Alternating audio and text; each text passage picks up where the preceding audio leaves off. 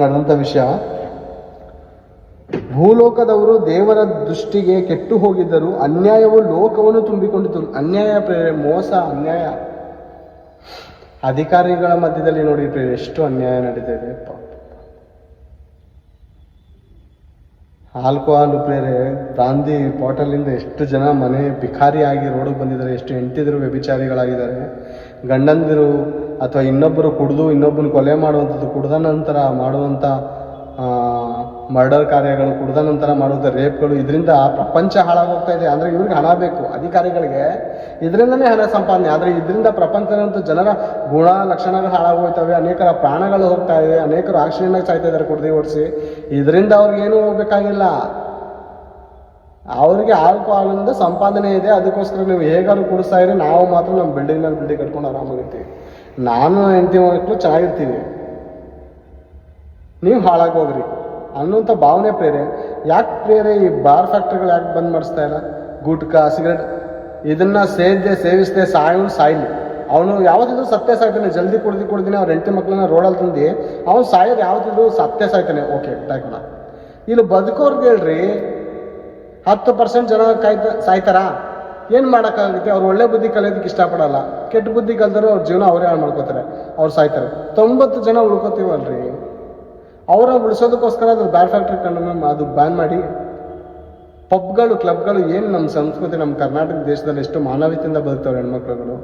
ಯಾವುದೋ ಹೊರಗಡೆಯಿಂದ ಬರುವಂಥ ಜನರಿಗೆ ನಾವು ಸ್ಥಳ ಮಾಡಿಕೊಟ್ಟು ಬಾರು ಪಬ್ಬು ಅಂತ ಓಪನ್ ಮಾಡಿ ವ್ಯಭಿಚಾರದ ಜೀವಿತವನ್ನು ಜೀವಿಸ್ಕೊಂಡು ಬಟ್ಟೆ ಹಾಕೊಳ್ಳದೆ, ಬರೀ ಹಾಕೊಳ್ಳದೆ, ಹೆಂಗೆ ಬೇಕು ಅರೆ ಬೆತ್ತಲೆಯಾಗಿ ಅವರು ನೃತ್ಯ ಮಾಡ್ತಾರೆ. ನಮ್ಮ ಕರ್ನಾಟಕದ ಹೆಣ್ಮಕ್ಳು ನೋಡಿದಂಥ ಪರಿಸ್ಥಿತಿ ಏನಾಗಬೇಕು?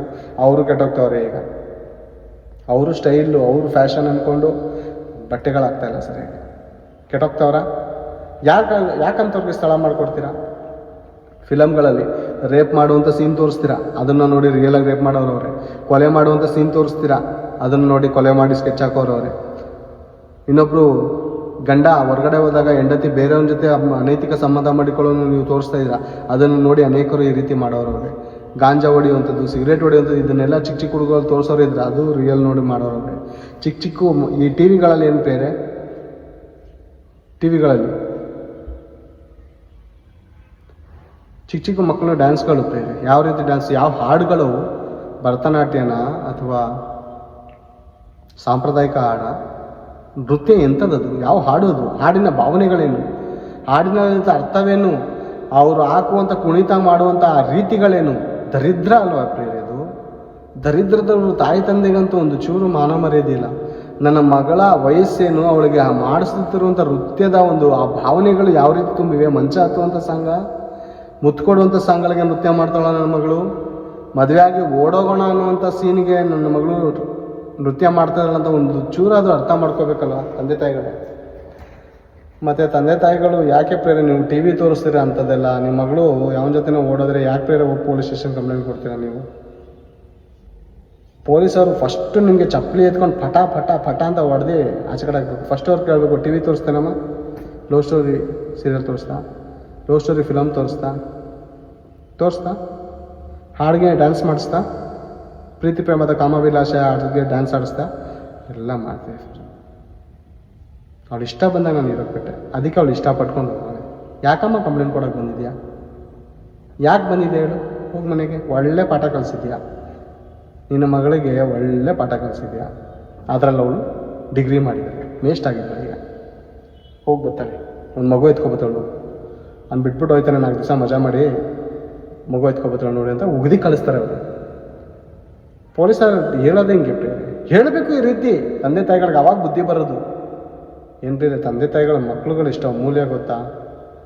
ಆ ಮಕ್ಕಳು ಎಷ್ಟು ಪವಿತ್ರರು ಗೊತ್ತಾ? ಅವ್ರನ್ನ ಪವಿತ್ರವಾಗಿ ನಡೆಸೋದು ಬಿಟ್ಟು ದೇವರ ಭಯದಲ್ಲಿ, ದೇವರ ಭಕ್ತಿಯಲ್ಲಿ, ದೇವರ ಆಲೋಚನೆಯಲ್ಲಿ ಮೊದಲನೇ ಗುರುಗಳಾದಂಥ ನೀವು ತಂದೆ ತಾಯಿಗಳು, ನೀವು ಶರೀರನ ಕಂಟ್ರೋಲ್ ಮಾಡಿಕೊಳ್ಳದೆ ಚಿಕ್ಕ ಬಟ್ಟೆಗಳನ್ನು ಹಾಕುವಂಥ ದೃಶ್ಯಗಳನ್ನ ತೋರಿಸ್ತೀರಾ, ಪ್ರೀತಿ ಪ್ರೇಮದ ಆಸೆಪಾಸೆಗಳನ್ನು ಹುಟ್ಟುವುದನ್ನು ತೋರಿಸ್ತೀರಾ, ಮುತ್ತು ಕೊಡುವುದಂತನ್ನು ತೋರಿಸ್ತೀರಾ, ಮಂಚ ಹತ್ತುವಂಥ ಆ ಫಿಲಮ್ಗಳನ್ನು ತೋರಿಸಿದ್ರೆ ಬೇರೆ ನಮ್ಮ ಮಕ್ಕಳು ಹೇಗೆ ಉದ್ಧಾರ ಆಯ್ತಾರೆ? ಅವ್ರ ಜೀವನದಲ್ಲಿ ಏನು ಒಳ್ಳೆ ಬುದ್ಧಿ ಕಲಿತಾರೆ? ದೇವರು ಅದೇ ಹೇಳ್ತಾ ಇದ್ದಾರೆ, ಭೂನಿವಾಸಿಗಳು ತನ್ನ ನಡತೆಯನ್ನು ಕೆಡಿಸ್ಕೊಬಿಟ್ಟಿದ್ದಾರೆ ಬೇರೆ. ನಡತೆ ಕೆಟ್ಟವರು ಏನು ಅನ್ಕೋತಾರೆ ಗೊತ್ತಾ? ಇನ್ನೊಂದು ಜ್ಞಾನೋಕ್ತಿಗಳನ್ನು ಮಾತನ್ನು ನೋಡೋಣ. ನಡತೆ ಕೆಡಿಸ್ಕೊಂಡವರು ಏನು ಅನ್ಕೋತಾರೆ ಅಂದರೆ ತಮ್ಮನ್ನು ತಾವು ಏನು ಅನ್ಕೋತಾರೆ ಅಂದರೆ, ಜ್ಞಾನೋಕ್ತಿಗಳು ಎಂಬುವಂಥ ಒಂದು ಗ್ರಂಥ ಇದೆ, ಒಂದು ಮಾತು.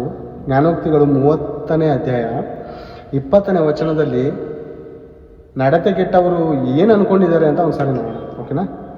ಜಾರಳ ನಡತೆಯು ಹೀಗೇ ಸರಿ. ಜ್ಞಾನೋಕ್ತಿಗಳು 30ನೇ ಅಧ್ಯಾಯ 20ನೇ ವಚನ. ಜಾರಳ ನಡತೆಯು ಹೀಗೇ ಸರಿ, ಅವಳು ತಿಂದು ಬಾಯಿ ಒರೆಸಿಕೊಂಡು ನಾನು ತಪ್ಪು ಮಾಡಲಿಲ್ಲವಲ್ಲವೇ ಅಂದುಕೊಳ್ಳುವಳು. ಅರ್ಥ ಆಗಿರ್ಬೇಕು ನಿಮಗೆ. ಜಾರಳ ನಡತೆಯು ಹೀಗೇ ಸರಿ, ಅವಳು ತಿಂದು ಬಾಯಿ ಒರೆಸಿಕೊಂಡು ನಾನು ತಪ್ಪೇ ಮಾಡಲಿಲ್ಲವಲ್ಲವೇ ಅಂದುಕೊಳ್ಳುವಳು. ಅಂದರೆ ಮಾಡಬಾರದ ವ್ಯಭಿಚಾರಗಳನ್ನು ಗಂಡ ಇದ್ದರೂ ವ್ಯಭಿಚಾರ. 60% ಈ ದಿನ ಅನೈತಿಕ ಸಂಬಂಧದಲ್ಲೇ ಪ್ರಪಂಚ ಹೋಗ್ತಾ ಇದೆ. ಜಾರಳ ನಡತೆಯು ಹೀಗೆ ಸರಿ, ಅವಳು ತಿಂದು ಬಾಯಿ ಒರೆಸಿಕೊಂಡು ನಾನು ತಪ್ಪು ಮಾಡಲಿಲ್ಲವಲ್ಲವೇ ಅಂದುಕೊಳ್ಳೋದು. ಗಂಡ ಇದ್ದರೂ ಬೇರೆಯವರ ಜೊತೆ ಅನೈತಿಕ ಸಂಬಂಧ ಮಾಡಿಕೊಂಡು ಪಾಪದ ಕೃತ್ಯಗಳನ್ನು ಮಾಡಿ ಮೋಸದ ಮಂಚವನ್ನು ಹತ್ತಿ ಗಂಡನ ಜೊತೆ ಇರುವಾಗ ಏನನ್ಕೋತಾಳೆ ಗೊತ್ತಾ, ನಾನು ಪಾಪ ಮಾಡಲಿಲ್ಲ ಅಲ್ಲವೇ, ನಾನು ದ್ರೋಹ ಮಾಡಲಿಲ್ಲ ಅಲ್ಲವೇ ಅಂತ ಅಂದುಕೊಳ್ತಾ ಅಂತ ಅವಳು ಮನಸ್ಸಲ್ಲಿ. ಇಂಥ ನೀಚ ಕೃತ್ಯ ಮಾಡಿದ್ರು ನಿನ್ನನ್ನು ನೀನು ಪರಿಶುದ್ಧಳಂತ ಎಣಿಸ್ಕೋತೀಯ? ಸರಿನಾ ಇದು? ತಿಂದು ಬಾಯಿ ಒರೆಸ್ಕೊಂಡ್ರೆ ಕಳ್ತನದಿಂದ ಗಂಡನ ಗೊತ್ತಾಗದೇ ಇರ್ಬೋದು. ಸುತ್ತಮುತ್ತ ನೋಡಿ ಅವನ ಜೊತೆ ಮೋಸದ ಮಂಚ ಹತ್ತಿರ್ಬೋದು. ಮ್ಯಾಗಡೆ ಒಬ್ಬ ಪರಮಾತ್ಮನ ನೋಡ್ತಾ ಇದ್ದಾನೆ. ಆತನ ಕಣ್ಣಿಗೆ ಮರೆಯಾದದ್ದು ಒಂದೂ ಇಲ್ಲ. ಆತನಿಗೆ ರಾತ್ರಿಯೂ ಅಲ್ಲ, ರಾತ್ರಿ ಕೂಡ ಆತನಿಗೆ ಇರುಳ ಹಾಗೆ ಕಾಣುತ್ತದೆ, ಹಗಲ ಹಾಗೆ ಕಾಣುತ್ತದೆ. ಕತ್ತಲೆಯು ಆತನಿಗೆ ಕತ್ತಲಲ್ಲ, ಕತ್ತಲೆ ನಿನಗೆ ನನಗೆ ಆತನಿಗೆ ಸ್ಪಷ್ಟವಾಗಿ ಕಾಣುತ್ತದೆ, ಬೆಳಕಾಗಿ ಇದೆ ಆತನಿಗೆ. ಅರ್ಥ ಆಯ್ತದೆ? ದೇವರು ನೊಂದುಕೊಂಡು ಹೇಳುವಂಥ ಮಾತು, ಭೂನಿವಾಸಿಗಳು ನನ್ನ ಮಕ್ಕಳು, ಭೂನಿವಾಸಿಗಳೆಲ್ಲ ನನ್ನ ಮಕ್ಕಳು ತನ್ನ ನಡವಳಿಕೆಯನ್ನು ಕೆಡಿಸ್ಕೊಂಡಿದ್ದಾರೆ, ತನ್ನ ಜೀವಿತವನ್ನು ಹಾಳು ಮಾಡ್ಕೊಂಡಿದ್ದಾರೆ, ತನ್ನ ಶರೀರದ ಇಚ್ಛೆಗಳಿಗೆ ಬಾನಿಸರಾಗಿದ್ದಾರೆ, ಗುಲಾಮರಾಗಿದ್ದಾರೆ. ಒಬ್ಬನೇನೋ ಪಾನ್ಪರಕ್ಕೆ, ಗುಟ್ಕುಕ್ಕೆ, ವ್ಯಭಿಚಾರಕ್ಕೆ, ಕುಳಿತಕ್ಕೆ, ಸಿಗರೇಟ್ಗೆ, ಬಿಡಿಗೆ ಗುಲಾಮರಾಗ್ಬಿಟ್ಟಿದ್ದಾರೆ, ಮಾರ್ಕೊಬಿಟ್ಟಿದ್ದಾರೆ ತಮ್ಮನ್ನು ತಾವು. ದುಡ್ದಿದ್ದೆಲ್ಲ ಬೇರೆ ಹೆಂಡತಿ ಮಕ್ಕಳಲ್ಲಿ ಕಾಯ್ತಾ ಇರ್ತಾರೆ, ನನಗೆ ನಮ್ಮ ತಂದೆ ನನಗೆ ಆಹಾರ ತತ್ತನಂತ ಇದ್ದಾರೆ. ಈತನ ಏನಾಗಿದೆ ಹೇಳಿ, ಬರ್ತಾ ಹೊಳೆಯುವಂಥ ಬಾಟ್ಲುಗಳನ್ನು ನೋಡ್ತಾನೆ. ಮಗಳು ಹೊಟ್ಟೆಯಲ್ಲಿ ಅನ್ನ ಇದೆಯೋ ಅಂತ ನೋಡಲ್ಲ, ಬಾಟ್ಲು ಒಳಗಡೆ ಎಣ್ಣೆ ಹೆಂಗೆ ರೀತಿ ಹೊಳಿತೈತೆ ಅಂತ ನೋಡ್ಬಿಟ್ಟು ಹೋಗಿ ಅದಕ್ಕೆ ಗುಲಾಮನಾಗಿ ಕೂತಿ ಸ್ವಲ್ಪ ಕುಡಿಬೇಕಂತ ಹೋಗ್ತಾನೆ. ಗಂಟ್ಲುವರೆಗೂ ಕುಡ್ದು ಇರೋ ದುಡ್ಡನ್ನೆಲ್ಲ ಖಾಲಿ ಮಾಡ್ಕೊಂಡು ಹೋಗಿ ತೆಪ್ಪಗೋಗಿ ಮಲಿಕೋತಾನೆ. ಅಮ್ಮ ಏನು ಮಾಡಬೇಕು, ಹೆಂಡತಿ ಏನು ಮಾಡಬೇಕು, ಆಹಾರಕ್ಕೋಸ್ಕರ ಏನು ಮಾಡಬೇಕು? ಅನೈತಿಕ ಸಂಬಂಧ ಇನ್ನೇನು ನಡೀತೈತೆ ಪ್ರೇರೆ. ಪಕ್ಕದಲ್ಲಿ ಪರಪುರುಷನ ಇರ್ತಾನೆ, ಎದುರುಗಡೆ ಮನೆಯಲ್ಲಿ ಮತ್ತೊಂದು ಕಡೆ ಬೇರೆ ಪುರುಷನ ಕಾಣ್ತಾನೆ. ಅವನ ಮನೆ ಕುಟುಂಬವನ್ನು ಚೆನ್ನಾಗಿ ಸಾಕ್ತಾ ಇರ್ತಾನೆ. ಅವನ ನೋಡಿ ಏನು ಆಸೆ ಬರುತ್ತೆ ಗೊತ್ತಾ, ಇವನ ಜೊತೆ ಆದರೂ ನಾನು ಸಂಸಾರ ಮಾಡಿದ್ರೆ ನನ್ನ ಮನೆ ಸಾಕ್ತಾನೆ, ನನ್ನ ಮಕ್ಕಳಿಗೆ ಆಹಾರ ಕೊಡ್ತಾನೆ ಅಂತ ಏನು ಮಾಡ್ತಾರೆ, ಅನೈತಿಕ ಸಂಬಂಧ ಮಾಡಿಕೋತಾರೆ. ಅವ್ರದ್ದು ಎಲ್ಲಿದೆ ತಪ್ಪು ನಿನ್ನದು. ಗಂಟ್ಲುವರೆಗೂ ಕುಡಿದು ಹೆಂಡತಿ ಮಕ್ಕಳಿಗೆ ಹೊಟ್ಟೆಯನ್ನು ನೋಡದೆ, ಅವ್ರ ಬಟ್ಟೆಯನ್ನು ನೋಡದೆ, ದರಿದ್ರದವನು ಗಂಟ್ಲುವರೆಗೂ ಕುಡಿದು ನಿನ್ನ ಮಜಾ, ನಿನ್ನ ಸುಖ, ನಿನ್ನ ದೇಹವನ್ನು ನೋಡ್ಕೊತಾ ಇದೆಯಲ್ಲ, ನಿನ್ನನ್ನು ನಂಬಿಕೊಂಡು ಬಂದವರಂತ ಹೆಂಡತಿ ಮಕ್ಕಳ ಜೀವನ ಏನಾಗಬೇಕು? ಒಂದು ಸಾರಿ ಯಾವತ್ತಾದ್ರೂ ಆಲೋಚನೆ ಮಾಡಿದ್ಯಾ? ಯಾವತ್ತಾದ್ರೂ ಥಿಂಕ್ ಮಾಡಿದ್ಯಾ ಈ ವಿಷಯವನ್ನು? 60% ಯಾಕೆ ಪ್ರೇರ ಅನೈತಿಕ ಸಂಬಂಧ? ಹೆಂಡತಿ ಜೊತೆ ಗಂಡನ ಜೊತೆ ಹೆಂಡತಿ ಒಳ್ಳೆ ರೀತಿಯಲ್ಲಿ ಒಳ್ಳೆ ಭಾವನೆಯಲ್ಲಿದ್ದರೆ ಯಾಕೆ ಪ್ರೇರ ಬೇರೆ ಪುರುಷನ ಮೇಲೆ ಮನಸ್ಸು ಬರುತ್ತೆ? ಚೆನ್ನಾಗಿ ನೋಡ್ಕೊಂಡ್ರು ದರಿದ್ರದವರು ಆ ರೀತಿ ಮಾಡೋರು ಕೂಡ ಇದ್ದಾರೆ. ನೀಚರೇ ಅಂತಲೇ ಹೇಳ್ಬೋದು ಅವರು. ಗಂಡನು ಕಷ್ಟಪಟ್ಟು ಬೆವರು ಸುರಿಸಿ ಆಫೀಸಲ್ಲಿ 24 ಗಂಟೆ ಕಷ್ಟಪಟ್ಟು ನನ್ನ ಮಕ್ಕಳಿಗೆ ಒಳ್ಳೆ ಎಜುಕೇಷನ್ ಕೊಡಬೇಕು, ನನ್ನ ಹೆಂಡತಿಯನ್ನು ಚೆನ್ನಾಗಿ ನೋಡ್ಕೋಬೇಕು, ಎಲ್ಲಾದರೂ ಹೊರಗಡೆ ಹೋಗಿ ಬಂದರೆ 4 ಜನದ ಮುಂದೆ ನಾವು ಒಡವೆ ವಸ್ತ್ರ ಹಾಕ್ಕೊಂಡು ನಾವು ಒಳ್ಳೆ ಇದ್ರಾಗ ಬದುಕಬೇಕು ಅಂತ ಅನೇಕರು ಆಲೋಚನೆ ಮಾಡ್ತಾರೆ. ಓಕೆನಾ? ಆ ರೀತಿಲಿ ಪ್ರಿಯರೇ ಎಷ್ಟೋ ಜನ ಗಂಡಂದರು ಯೋಚನೆ ಮಾಡಿ ತನ್ನ ಬೆವರು ಹನಿ ರಕ್ತದ ರೀತಿಯಲ್ಲಿ ಕಷ್ಟಪಡುವಂತ ಇದ್ದರೆ ಹೆಂಡತಿರು ಅನೈತಿಕ ಸಂಬಂಧ ಮಾಡಿಕೊಂಡು ಜೀವನ ಮಾಡ್ತಾ ಇರ್ತಾರೆ. ಅಂಥವ್ರಿಗೆ ಭಯಂಕರವಾದಂಥ ಶಿಕ್ಷೆ ಇದೆ ಪ್ರೇರೆ. ವ್ಯಭಿಚಾರಿಯರಿಗೆ ನಿಜವಾಗ್ಲೂ ದೇವ್ರು ಮುಯಿ ತೀರಿಸ್ತಾನಂತ ಪ್ರೇರೆ. ಅರ್ಥ ಮಾಡ್ಕೊಂಡು ದೇವರ ಮನಸ್ಸು ಅರ್ಥ ಆಯ್ತದ ಪ್ರೇರೆ.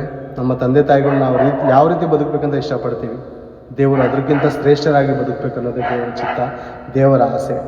ನಿಜವಾಗ್ಲೂ ಪ್ರೇರೆ ಒಬ್ಬನ ನಡವಳಿಕೆಯನ್ನು ಸರಿಪಡಿಸ್ಕೋಬೇಕಂದ್ರೆ ಯೇಸು ಕ್ರಿಸ್ತನಿಂದ ಮಾತ್ರ ಸಾಧ್ಯ.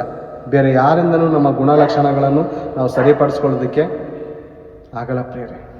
ಯೇಸು ಪ್ರಭುವಿನ ಮಾತುಗಳು, ಆತನ ನಡೆದಂಥ ದಾರಿಯಲ್ಲಿ ನಾವು ನಡುವಾಗ ನಾವು ಮಾದರಿ ಮಾಡ್ಕೊಂಡು ನಡಿಬೇಕು.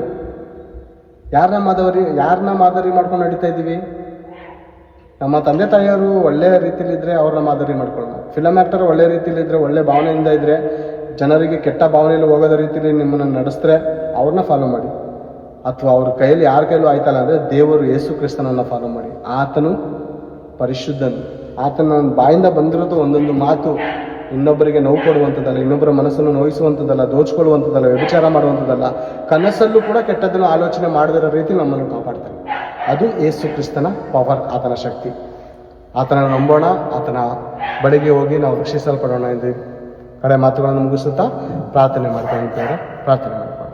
ತಂದೆಯಾದ ದೇವರೇ, ಒಳ್ಳೆಯ ಸಮಯದಲ್ಲಿ ನಮ್ಮ ಮಕ್ಕಳಿಗೆ ಬೇಕಾದಂಥ ಮಾತುಗಳನ್ನು ಹೇಳಿದ್ದೇನೆ ತಂದೆ. ಅವರನ್ನು ಆಶೀರ್ವದಿಸಿರಿ, ಬಲಪಡಿಸಿರಿ ತಂದೆ. ಅವರ ಮನೆ ಕುಟುಂಬದಲ್ಲಿ ಶಾಂತಿ ಸಮಾಧಾನ ಕೊಡಿರಿ ತಂದೆ. ನೈತಿಕ ಸಂಬಂಧದಲ್ಲಿರುವಂಥವರಿಗೆ ಬದಲಾಯಿಸಿರಿ ಎಂದು ಈ ಪ್ರಾರ್ಥನೆಯನ್ನು ನಾವು ರಕ್ಷಕನಾದ ಕ್ರಿಸ್ತೇಸುವಿನಲ್ಲಿ ಪ್ರಾರ್ಥಿಸಬೇಡಿ ಎಂಬ ತಂದೆ.